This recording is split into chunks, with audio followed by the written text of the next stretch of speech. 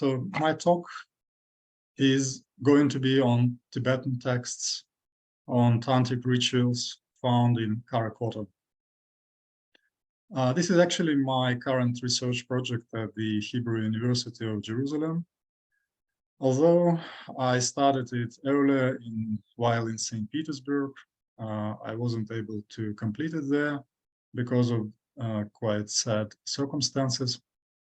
However, I'm very happy that I've received the chance to continue my studies here in Israel.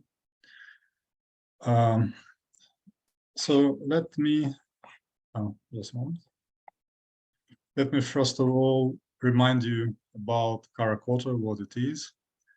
The so-called Dead City of Khara-Khoto was found by the Russian travelers Badmazhapov and Kozlov at the beginning of the 20th century. And the expedition headed by Kozlov was lucky to find a huge collection of artifacts dated back to the time of the Tangut Empire, covering the period of about 300 years, starting from the 11th century and till the perhaps middle of the 14th century. The Tangut state was completely destroyed by the Mongol invasion in the 13th century. However, it didn't mean the end of life of this place.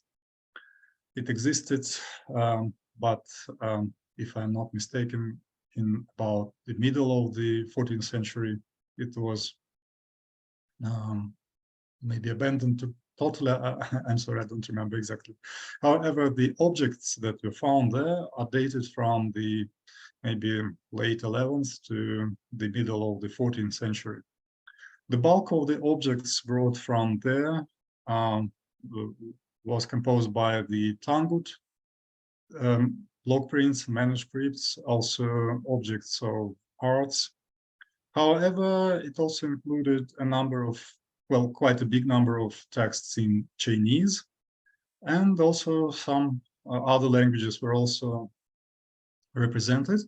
And the biggest of them, I mean, the other parts of the collections in other languages, the biggest one was in Tibetan.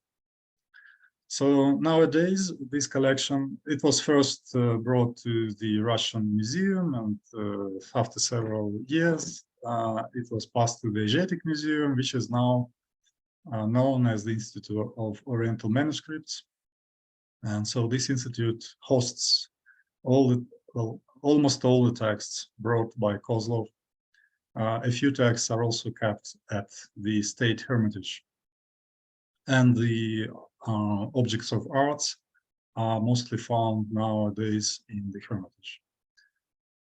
But Kozlov was not the only traveler who visited this site.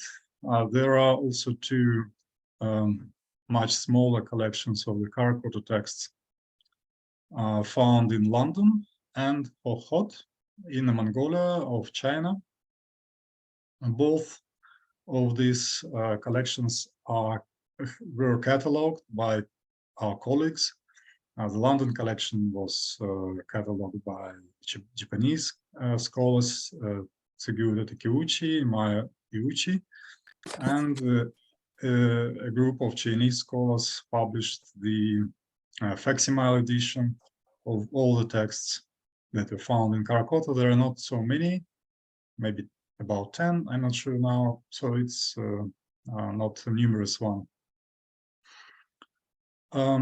So you see that the London collection was catalogued, and it is now available not only in this catalog, but also thanks to the International Book Fund Project website that hosts the digital copies of the majority of Tibetan texts from Khara-Khoto in Stein collection. So in this situation, it was very sad and not really good that the St. Petersburg collection remained uncatalogued and not so many information was available to the colleagues. That's why there was a group of the scholars, we organized a group of scholars who decided to fill this lacuna. And we had a project on the cataloging this collection. Apart from me, Alla Sizova and Anna Turanska took part in this work. And it resulted in the, first of all, we sorted out the whole collection, and it turned out that it was mixed. Some Dunhuang manuscripts were added to this collection during the Soviet time, because perhaps, most probably at the end of the 1910s, the Central Asian collections were a little bit mixed, because some parts of the collections of Asiatic Museum were sent from Petrograd. This is how St. Petersburg was called at that time, to another place in Russia, to the city of Saratov, because there was a threat of the German invasion. It was the the First World War, so it was a difficult time. So perhaps at that time the collections were mixed a little bit. That's why this collection included several texts, about 20 items actually, that were recognized by us as those from Dunhuang. So we studied the history of the collection, and we sorted out which texts should be taken out. And also we produced a draft version of the catalog. However, we didn't feel completely satisfied, meaning that we were not ready to publish the catalog, because we realized, since the catalog was supposed to contain all the transliterations of all the texts, and even though the collection is not very big, you see that there are about 150 items, and some of them belong to the same text. So in fact, we are talking here about 90 individual texts. However, the conditions of the folders are not always very easy to deal with. Some parts of the texts are missing, and so some folders were damaged. So it was not easy to provide the absolutely correct transliteration, and we were going to continue our work. And actually, my project on ritual texts was one of the parts of this work, which is aimed at producing the finally coherent and carefully checked edition of the texts from Khara-Khoto. I'm here talking now about the transliterations. I'm not now sure about the possibility to publish the texts themselves, because it's a complicated issue. Alla and I are now outside of Russia. Anna doesn't work at the Institute either. So given the current quite sad political situation, it's not predictable what possibilities can be found. However, at least the transliterated text will be available, I hope, especially since Alla was given a position of PhD student in Munich, and her PhD dissertation is going to be exactly on the Khara-Khoto text. So I'm quite sure that we will be able to finalize our work. So here you can see the table of all the items that used to compose this collection, and some of the texts were passed to the Dunhuang collection. And the final one, here you can see, which was given the number XT 194, is actually the text that used to be kept inside the Dunhuang collection. And this is the scroll that I studied about 10 years ago, maybe, or even more already. So it was mistakenly included in the collection of Dunhuang texts in Tibetan. And I studied this scroll and published it. And this is actually the collection of ritual texts. This is how my link with the Khara-Khoto texts appeared. And this scroll has a direct relation to my talk today. I'm not going to a lot about it because it is already published and it is available. Still, I can't avoid mentioning this scroll at least. It consists of 8 long leaves that used to be glued together vertically. Oh, sorry. So you can see that these are really quite long follows. And the text was started on the top of the first leaf, then it goes down up to the bottom of the 8th leaf, and then it continues on the versus side of the 8th leaf, going down to the versus side of the first leaf. So it is quite a long text that consists of 3 parts, which are clearly divided, even though they are not marked by the scribes. The first part consists of 13 texts on the cult of Mahākāla, represented in 2 forms, such as the raven-faced Mahākāla and the 4-armed Mahākāla. The second part is probably most interesting and important because it contains 8 texts on the cult of Narasimha, or the man lion, one of the 10 avatars of Vishnu.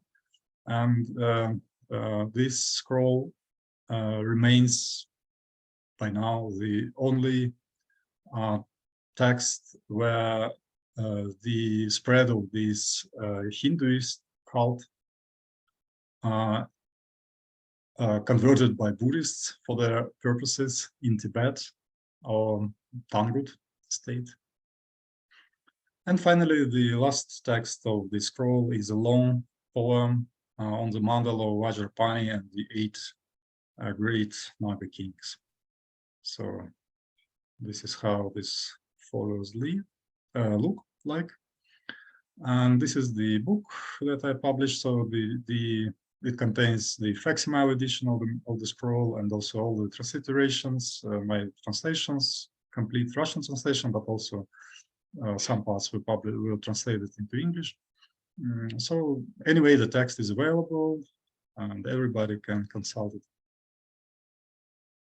Here is now the list of contents of the catalog, of the draft version of the catalog that was produced by my colleagues and I. And I don't know if you see the bottom of the slide. I can't see here because it is covered by the Zoom menu panel. But okay, so it consists of 2 main parts. The second part is very small. It contains non-Buddhist secular texts. We identified only 6 items that can be categorized this way. So the biggest part of the collection is, of course, the Buddhist texts. And we have here 80 plus items. We don't know exactly how many so far, because we are still thinking about certain manuscripts in a few, not many cases, but maybe 2 or 3 cases. It's not completely clear whether the fragments belong to the same text or to different texts. It is still something we need to think about. And it consists of three major sections. The first one is collections of Taranis that are mixed, canonical and non-canonical, and the most famous of them is the block print I mentioned. Probably I didn't mention today, but it is maybe the most famous Buddhist Tibetan text found in St. Petersburg, because it is the earliest dated Tibetan block print produced in Sisha, in the Tangut state. The second part is the canonical text, mostly Vajrapāṇi sutras, but also there are 4 or 5 fragments that belong to other canonical texts. And finally, non-canonical texts, which are the center of my attention. And the bulk of them is composed by the ritual texts. According to the contents, we can divide this group of texts into 6 groups. And you can see the names of the deities that are represented here: Cakrasaṃvara and Vajravārāhī, Vajrapāṇi, Mahākāla and Śrī Devī, there is one text on Acala and one text on Jvalamukhī, a demon, or the queen of pretas, who is actually, well, her position in the Buddhist pantheon is not quite clear, and it is more about the particular practice connected with the story about this Jvalamukhī than about Jvalamukhī herself. And finally, there are several fragments that are hard to be identified, to attributed to a certain deity. Maybe after a close investigation, I will be able to somehow attribute them, but they don't contain any names, so it's not easy to identify them.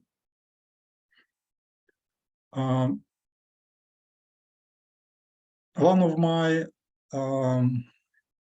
of the drivers, moral drivers of our project when we started was the wish to introduce these texts to the worldwide academia, especially to the experts in Tangut Buddhism, because they started studying quite actively the Tantric texts found in Tangut or Chinese, but they didn't have almost any information about the Tibetan texts from Khara-Khoto and the ritual texts in Tibetan. So my personal talk with Kirill Salonin, one of the leading experts in this field, was one of the reasons that I decided to focus on the ritual texts, because he told me that they had information about, well, they have texts in Tangut and Chinese on a few tantric cults or practices, especially Cakrasaṃvara and Vajravārāhī. So they really wanted to know whether the Tibetan collection from Khara-Khoto also contained such texts. And it turned out that this collection does have a few texts on Cakrasaṃvara and Vajravārāhī, mostly on Vajravārāhī. Cakrasaṃvara is also represented, but less, there are fewer texts on Cakrasaṃvara than on Vajravārāhī. So let's start with this group of manuscripts. Here you can see a couple of iconographic representations of this cult from Khara-Khoto. These icons are kept in the collection of the State Hermitage. The pictures are available on the website of the State Hermitage. And also, I would like to mention the monograph by Elizabeth English, Vajrayogini, visualizations, and so on. And so this is maybe the most extensive scholarly work on the cult of this goddess, although it is based on one particular text and one particular collection. So it's not, there are still some other topics to be discussed about Vajrayogini and Vajravārāhī. The St. Petersburg collection has 4 manuscripts or fragments of here we talk only about fragments. That scroll that I mentioned at the beginning is the unique text because it is complete and it is big. All the other manuscripts are just fragments, unfortunately. However, this is what we have, and it is anyway, it is better in St. Petersburg, because in London they have only mostly just single follows from various texts. So it is very difficult actually to get any concrete information about Buddhist practices basing on just single follows from various manuscripts. So in St. Petersburg, at least, we have groups of follows that belong to the same entities.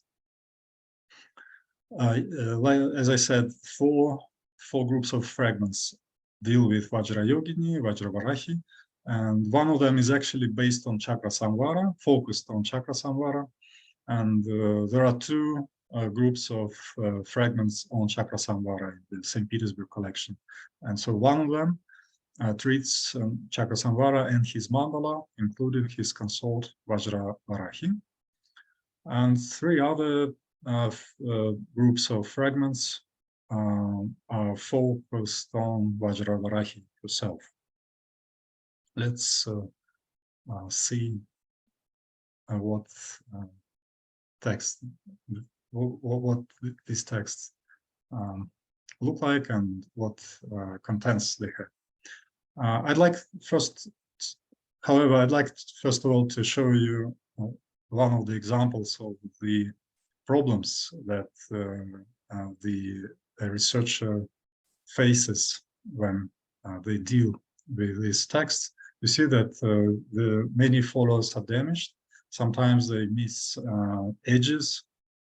Sometimes the letters are illegible or almost illegible.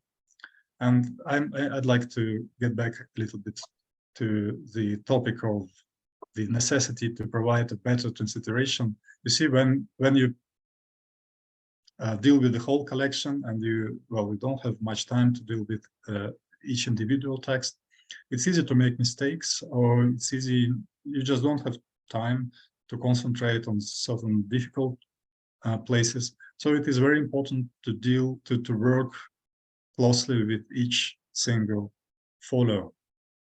And you can see that, for example, the first line of this fragment, you can see that it is clearly, quite clear that it is written lame ge, and then we have at the beginning of some prefix, then dembo, then maybe the suffix sa, and then tsek, and san rosso. So if you don't try to read and translate the text, you can just leave it as a lacuna. However, if you study the text, if you try to read it and translate, this is what I have done with all the Vajravārāhī texts, because I am preparing a paper on this particular group of texts for the colleagues in Bochum, Carmen Meinert. So it turned out quite possible to reconstruct what was written there, and it was written Gedep Audad and Budepa Sadep. So this kind of this is just one of the examples of the textological troubles that I and my colleagues have to face working with these manuscripts. But also you can see that the knowledge that we can get out of the text is limited because some follows are not complete. But the first text here is not that bad, although you can see that the edge of one of the follows is not complete, so several syllables are missing. However, it is basically legible, and it's it's not too difficult to translate and to prepare the good transliteration and to study this text. So the fragment of this manuscript that it focuses on Vajravārāhī is a hymn to this goddess. You can see a fragment of the translation that I made, a tentative translation, of course. So you can see that Vajravārāhī is characterized as the one whose essence is dharmakaya, free of changes. She appears in the samsara by force of the inspiration. And there is also an iconographic fragment where it is mentioned that she has two faces that symbolize the two truths. And on the picture, you can see that there are really two faces. One is that of a woman, and one is that of a sow, or a female pig. Varahi is the Sanskrit word for this. And by the way, in all the Tibetan texts that we deal with here, wherever we see the Sanskrit rendering of this word, it is put not as Varahi, but as Baharahi. So obviously certain local phonetic variant of this name. Next, here it is a group of follows without left parts, so we don't have any margins, and it's really not easy to figure out how they should be put, how they should be arranged. However, I have made some progress in this regard, so I was able to at least to find some follows that work together better. Maybe over time I will be able to find out even a better way to put them together, but it's not really easy since we don't have parts of the text. Anyway, it is important because this series of fragments is important because it contains several texts that address Vajravārāhī not only in her main form but also in some other forms. And here you can see a translation of one of the texts where we deal with, well, it treats either a minor form of Vajravārāhī or some goddess who can be associated with Vajravārāhī, but I guess it is a minor form. Padmapati, also the beautiful one, she's called also the beautiful one. Beautiful one is not the translation of Padmapati, these are just two forms of the name as far as I understand. And you can see that practices connected with Padmapati and also some other forms of Vajravārāhī, they operate with certain type of tantric eroticism. So it is supposed that the yogi who tries to get siddhi by means of the help of this particular goddess, he comes in sexual union with her, but there are certain restrictions for those who try to do it. And the certain sequence of actions is described in this text. And this text, I was able to identify it on BDRC using the search tool of this best Tibetological site ever. So I was able to find the equivalent of this text in Sakya literature. It's not, I mean, it's not absolutely the same as the version we have in this manuscript. However, basically these are the same text, another version of the same text. So it was possible. It made me, it gave me a possibility to read several parts of these fragments, even though some parts are missing. Another form represented in the manuscripts I'm talking about is maybe one of the most spectacular forms of tantric deities, called Chinnamunda in Sanskrit or Uchima in Tibetan. You can see that this is the goddess who cut her own head, and 3 streams of blood streaming. So it's of course very highly symbolical iconography.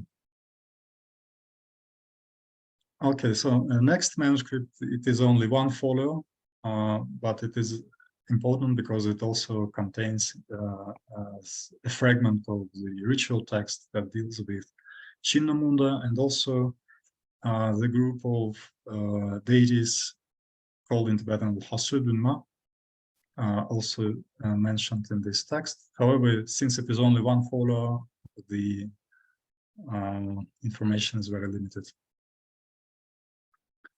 Still, I'd like to share with you some fragments of my translation of this text, and you can see that this instruction says that there must be a double triangle is visualized and double triangle, it is what's a descriptive translation. Tibetans actually use the word choju, the same word as is used for the name of the literary genre. But choju is also this kind of emblem, which is closely associated with Vajrayogini, and also Dakini in general. It seems not necessarily with Vajravārāhī, Vajrayogini. And here is just an example of how it looks like. It's block print preserved at the St. Petersburg Institute of Oriental Manuscripts.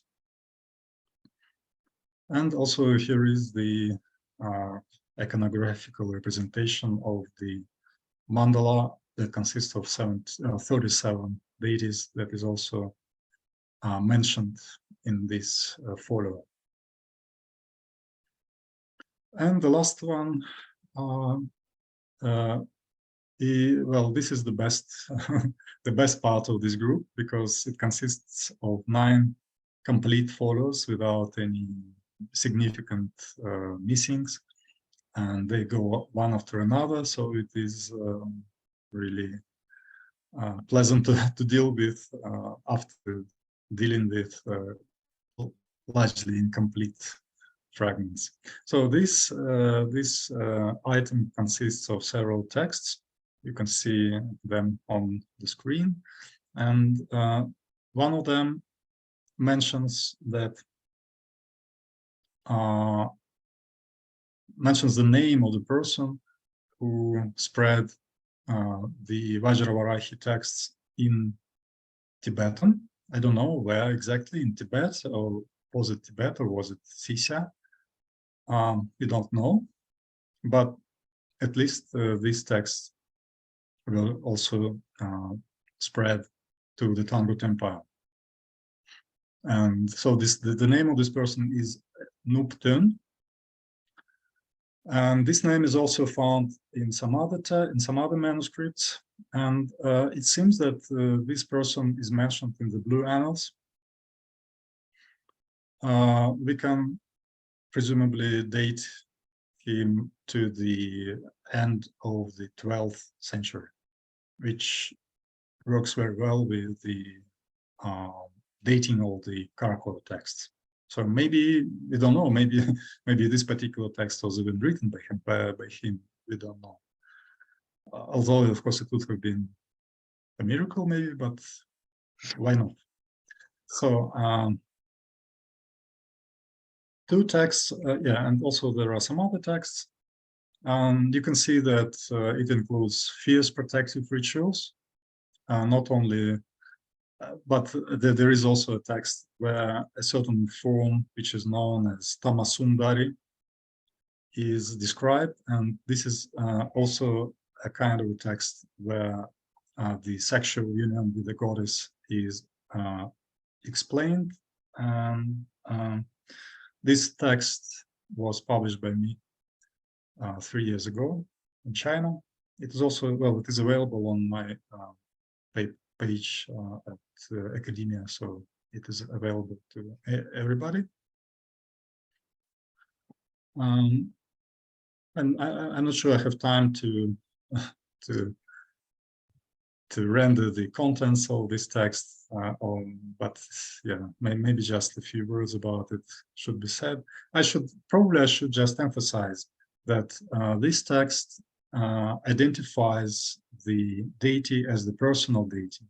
So I think Tamasundari here is not just a Dakini, but maybe she's really treated here as a form of Vajravārāhī, because this text is put inside the collection of texts about Vajravārāhī.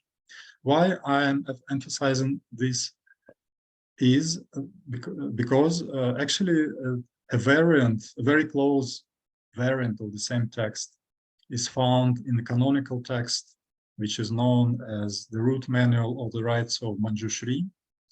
And in this canonical text, Tamasundari is just one of the Dakinis who can be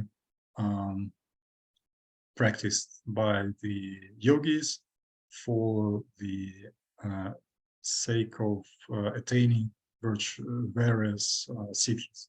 She's not associated with Vajravārāhī there at all.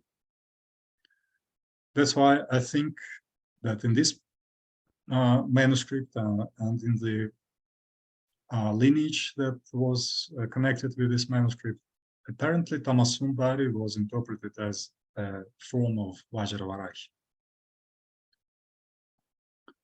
And the final text that also belongs to the Vajravārāhī circle, and this is the only manuscript I'm going to mention today, which is not kept in St. Petersburg, but in British Library. It is one folio where also a certain practice connected with Vajravārāhī is described. And I'm going to include this text in my paper. Also, I will have to a little bit improve the transliteration again, because if you don't try to read and translate the text, it's not so difficult to make certain mistakes. For example, here it is chantum ve du, so when drinking cham or beer, kind of beer. However, in the transliteration, we see that something else is put down. I can't read the bottom line of my slide, so maybe you can. So I guess they read something like tsang, something I don't remember. I'm sorry. So it's anyway, it's not what is written there.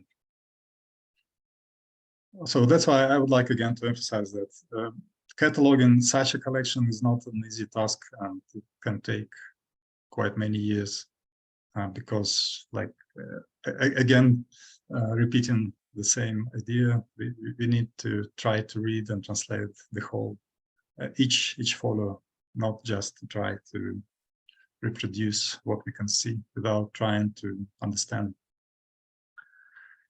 Okay. After Vajravārāhī, we have Vajrapāṇi. I'm not going to talk much about Vajrapāṇi because I haven't studied this group of fragments so far. However, I touched upon it for a conference that was held in Jerusalem in March, where Emanuela took part. And well, we have the St. Petersburg collection has quite numerous fragments on Vajrapāṇi, including two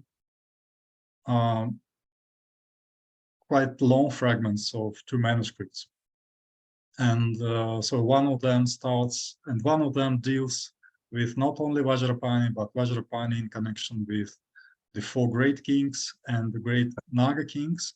And it reminds us about the scroll that I mentioned at the beginning, because the last text there was that on Vajrapāṇi and the great Nāga kings. So for the Jerusalem conference, I studied a particular fragment because it mentioned the topic of the kings. And it seems, actually, I'd like to repeat what I said on that conference, that the Tangut manuscripts show that the Buddhists were really very close to the royal house, because in several manuscripts it is mentioned that certain manipulations had to be done with direct access to the house of the ruler of some kind of king. And also several texts are specifically addressed to the idea of protection of the king, his palace, and also some ministers sometimes, but the king is quite often mentioned there. And later I will mention one particularly interesting fragment.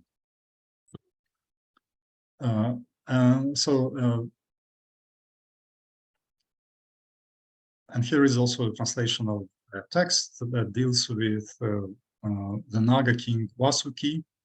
And I found on Himalayan art the good illustration that shows exactly what is described in this text.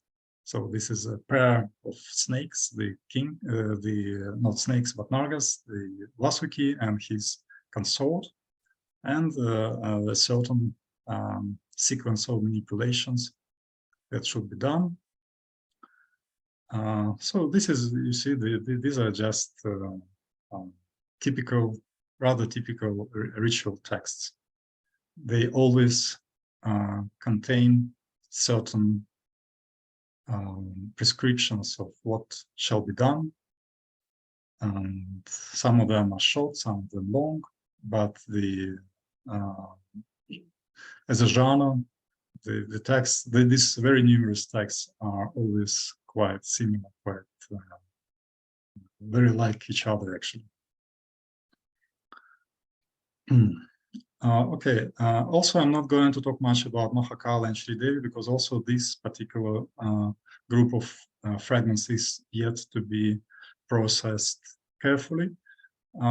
However, since a certain stage of work has been achieved, I can tell you at least certain information, so you can see that there are quite numerous fragments. And maybe what is important is that these fragments contain descriptions of thread cross rituals, and also it contains they contain fierce rites. And in the above mentioned scroll, there were also quite many fierce rites. So it just tells us again that Mahākāla was a very important protective deity in the Tangut state. It is known that the Tangut emperor tried to invoke, I mean, not himself maybe, but the Buddhists around him. They they practiced Mahākāla and tried to find his protection against the enemies. However, when the Mongols came, Mahākāla did not help them. So just maybe not necessary to read all these descriptions, but you can get at least some impression what these texts tell us about. And yeah, and this is the list of the texts on Mahākāla that are preserved in the scroll. And this is really a very good collection, because and important for the textological studies and studies of religion in Tangut state and Tibetan Buddhism, because we have here texts that are attributed directly to Pelgalo, the famous, well, at least important 12th Tibetan master who spread several cults borrowed from India. He brought several lineages from India to Tibet. And as we can see, his texts were also spread in among the Tangut Buddhists. So you can see that this collection combines canonical texts and the texts that were composed by the Tibetans themselves, or maybe some of them were actually Tanguts. We don't know sometimes. Okay, then the manuscript on Acala. There are two fragments. Well, there are two fragmentary texts that deal with other figures. One is on Acala and another is on the Torma offering to Jvalamukhī. And these two texts were presented by me in the paper, so it is also available. So I just would like to mention the major points about these two manuscripts. Acala is treated here as Bhagavan, so as the Buddha. This is a quite important tantric figure, maybe less nowadays, maybe less popular and famous than Mahākāla, Vajrapāṇi, and some others. Still, he is represented in many texts, and this tradition of worship him exists. until nowadays. And this is the quite ancient manuscript that provides us information about how he was worshipped at that time. Again, and Acala was probably belonged to a group of particularly worshipped deities at least in the Khara-Khoto area, because his icons are also found. They're also found in Khara-Khoto and brought to St. Petersburg. Here is one of the examples. The icons preserved in the State Hermitage. The contents of this fragment. Maybe I should tell a little bit about the fire offering description, which is included in this manuscript. You can see here a picture of how the priest and his assistant performs fire puja. So the text begins with a homage to the protector Acala and designation of its aim and specification of the Viṣṇu and Vinayaka demons of obstacles. The hearth should fit this kind of ritual. It must be white and round, of certain size, anointed with fragrant water, and so on. The ritual utensils, offering substances and materials for making fire are briefly discussed. Then it is said that the yogin, full of compassion, shall take a seat facing the east, wearing white clothes and crowned with skulls. He radiates white mantras and light. He visualizes himself as the wrathful king, apparently Acala. This process is outlined. Then the actual ritual starts. The fire is taken from the Sangha, and this is important. So it means probably that the yogin's assistants light it. Then oil is poured 3 times, and in the flaming hearth, the deity of fire is generated. The process is described in some details, including iconographic features, and a stanza to be recited to invite the Jnana-sattva of the deity of the fire. Afterwards, the offerings are made with mantras and hymns. Between the 5 offerings and offerings of various seeds, the quality of fire is inspected. Any obstacles found are removed by means of the wrathful king's mantra and white mustard seeds. When this stage is over, the yogin visualizes the hearth as the emptiness from which appear the syllable pam that gets transformed into a multicolored lotus, and ram that gets transformed into a sun. A dark blue hum appears atop of them and gets transformed into a sword with the same syllable on its hilt. It produces light that fulfills all the aims of the sentient beings. Then the light returns and gets transformed into the body of the wrathful king. So this is the stage when actually Acala is now invited. His Jnana-sattva is described. The offerings to him follow one after another. The substances he receives include red sticks, sesame, straw, white mustard seeds, curds, milk soap, fruit, barley, wheat, medicines. This topic is discussed at some length. All necessary acts of worship, including a praise and confession of sins, being completed, the yogin expresses pleas to the deity about protecting the sentient beings, fulfilling their aims, granting appropriate siddhis. And then the Jnana-sattva leaves for Uru, which is interesting because this is a name of a region in central Tibet. But the yogi asks him to visit their place later again. So this is interesting because it seems that this text really addressed the local Buddhists. Not sure, maybe not necessarily Tangut Buddhists, but perhaps even them. We don't know. But yeah, so this is the description of the peaceful offering for the peaceful rite. As we know, there are 4 types of offerings, of rituals: peaceful, increasing, subduing, and fierce.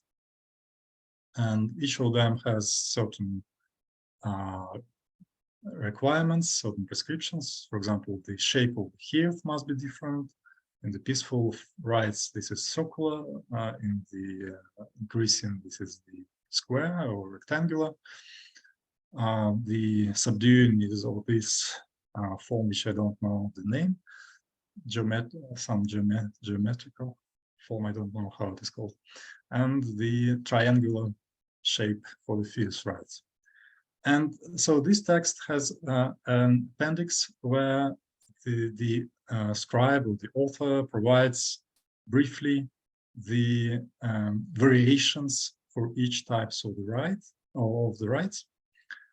And why I emphasized the point that for the peaceful rite they used, well, the fire is taken by the Sangha, by the monks, because it is interesting in regard to other types of the rites. For example, the increasing fire, the fire is taken to be, is supposed to be taken literally from near the king. I don't know, I don't remember now exactly the Tibetan wording here. It's not absolutely clear, but I can't find a better translation. So anyway, it seems that the fire had to be taken maybe from the palace, or anyway, it was connected with the royal figure somehow. And the subduing fire is taken from a prostitute or from brothel. It's not, again, not absolutely clear. And the fire for the fierce rite was supposed to be taken from for charnel ground. And the last manuscript I'm going to talk about tonight, is the text on Jvalamukhī or Kabarma. Actually, the text only uses the Tibetan form of the name Kabarma. I just, well, supposedly it is meant Jvalamukhī, but we don't know if there was such a link with the Indian, with any Indian name, because the two texts on Jvalamukhī that are included in the canon don't have the Sanskrit titles. So it's just our suggestion, the assumption of the scholars who study the Tibetan Buddhist canon that it must be Jvalamukhī. So here you can see that these are really two texts. They follow each other, and they're a little bit different, but the core of the story is the same. It tells about Ananda, who took, who had a sleep in certain place. I don't remember, somewhere on the nature, maybe in a cave. I'm sorry, I don't remember exactly now. And then during the night, an ugly demoness came to him and told him that he would die unless he would make an offering of food and drinks to an uncountable number of pretas. So Ananda was terrified. He came to the Buddha, but the Buddha comforted him and he gave him a certain torma, and he told that this torma would be enough. So it would be multiplied when offered to the pretas. So all the uncountable pretas in the world would be satisfied. And so the purpose of Jvalamukhī was to find a better rebirth in the realm of gods. The manuscript that we have doesn't tell this story at all. It just deals with the practice, the offering of the torma of Jvalamukhī. So Jvalamukhī herself is not described at all. This is just a name used for the name of this particular practice. However, this practice seems to have been quite popular, and Atisha, for example, spread, at least if we are to believe the Blue Annals, he spread this cult in Tibet. Also, Vajrasana the Younger passed instructions on this cult to Vajrapāṇi, and we know about it both from this manuscript and also from some other Tibetan texts. The first text of this kind, as I was able to find, belongs to Sonam Dzemu. And also Padmasambhava is also said to have brought this cult to Tibet. Taranatha, Shuchen, Tsutim, Rinchen. These are at least these two Tibetan authors ascribed this merit to Padmasambhava. But I would like also to mention another person, Tibetan Lodzawa, Lodzawa Loden Shirap, who flourished at the end of the 11th century, who is known as the spreader of the practice of the protective deity Black Flaming Mouth, Khabarma Nakpo. And this deity was supposed to be evoked in the death-receiving rituals. And she was obviously treated as a Dharmapala, so the protector of Dharma. So actually, I kind of doubt. I mean, I think we cannot be absolutely sure that this practice was really borrowed from India, because Khabarma is one of the names that is found in the lists of local spirits. For example, in the Nebeski Vojković's book, several variants of the name is found. So maybe it was actually a local deity that was used by the Buddhists. I mean, this is my hypothesis. Maybe it was borrowed from India. It is also quite possible, of course. What is important about this manuscript is that it uses the new orthography. So there are no right. So there are no elements of the old orthography. So it may cause a question whether it is actually whether this text really was taken from Khara-Khoto, since we cannot be absolutely sure. However, the paleography of the text is very similar to that of other texts from Khara-Khoto. It looks very, very similar to that. Also, we know that in the 14th century, the new orthography was spreading. So, and we know that some Khara-Khoto texts were dated from the 14th century. So there is nothing impossible about this text being found in Khara-Khoto. So it has also several parts and several rites described in the text. And the pictures used for the poster of my talk actually are taken from this manuscript. And I'm not 100% sure in my interpretation, but I guess these are those demons who are invited to feed on torma offered, maybe pretas. So yeah, maybe it's not, I don't have so much time perhaps, so let's just, let me just show you. Okay, so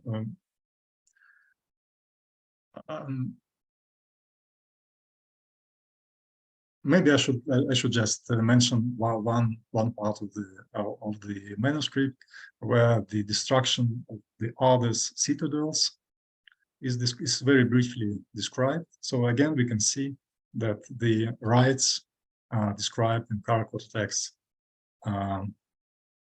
had direct relation to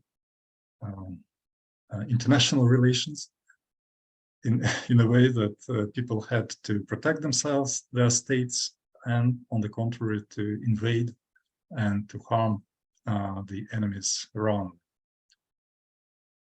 Okay, so probably that's it about the various manuscripts, and my major conclusions are listed here. So I would like again to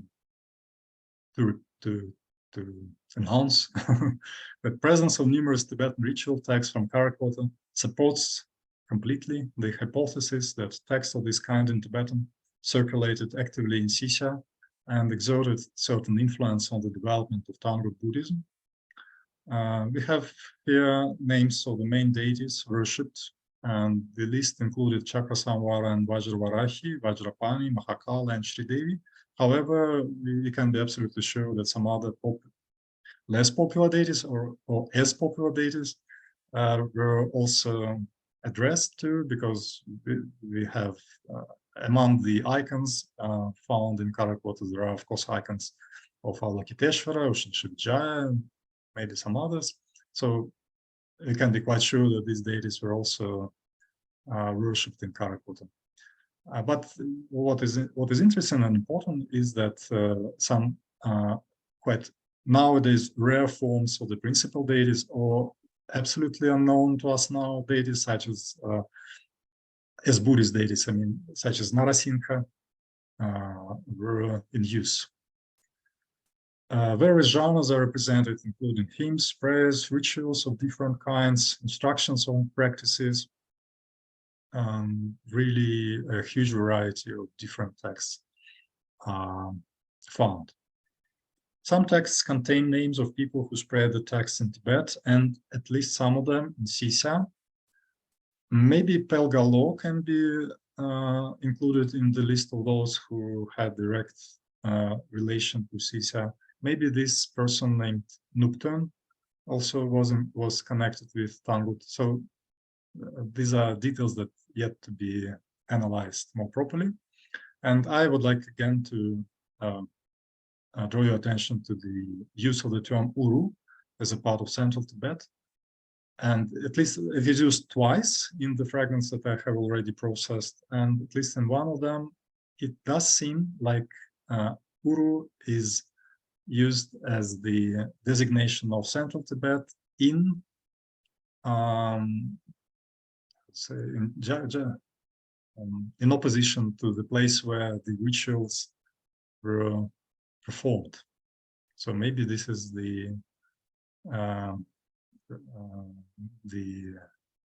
reference to the link between Tibet and maybe Tangut lands, although I'm not sure, of course, about that. And certainly maybe the most important, the most promising conclusion is that there are very good perspectives for comparative textological and religious studies of the relevant Tibetan, Tangut, and Chinese manuscripts and block prints from Khara-Khoto. So I talk as a so-called pure Tibetologist, but I know there are people who are interested much in both Tibetan and Tangut Buddhism. So maybe the material that is going to be available more and more will help them to come to create a more comprehensive picture of the Tangut Buddhist tradition. That's it. Thank you very much. Merci de votre attention.